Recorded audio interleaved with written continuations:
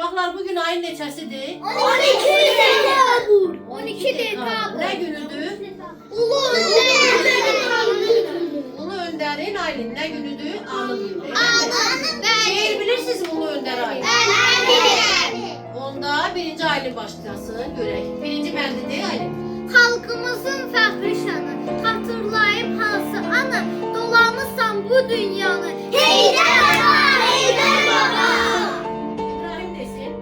Vətənimi azad edən, el qədrini daim bilən, torpağını qəlbən sevən, Heydər ana, Heydər baba.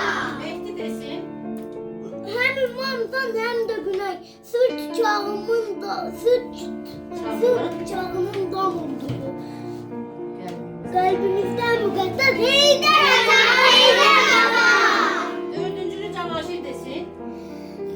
İlham Taçı oğlum vardı.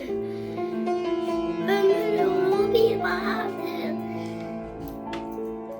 Kalkın her an bəxtiyardır. Heydər ana, Heydər baba. Rəşid birincini də görək.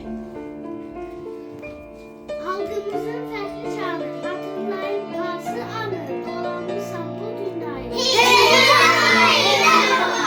Fəxri. Fəxri desin. Fəxri. Fatih. Fatih desin bölüm.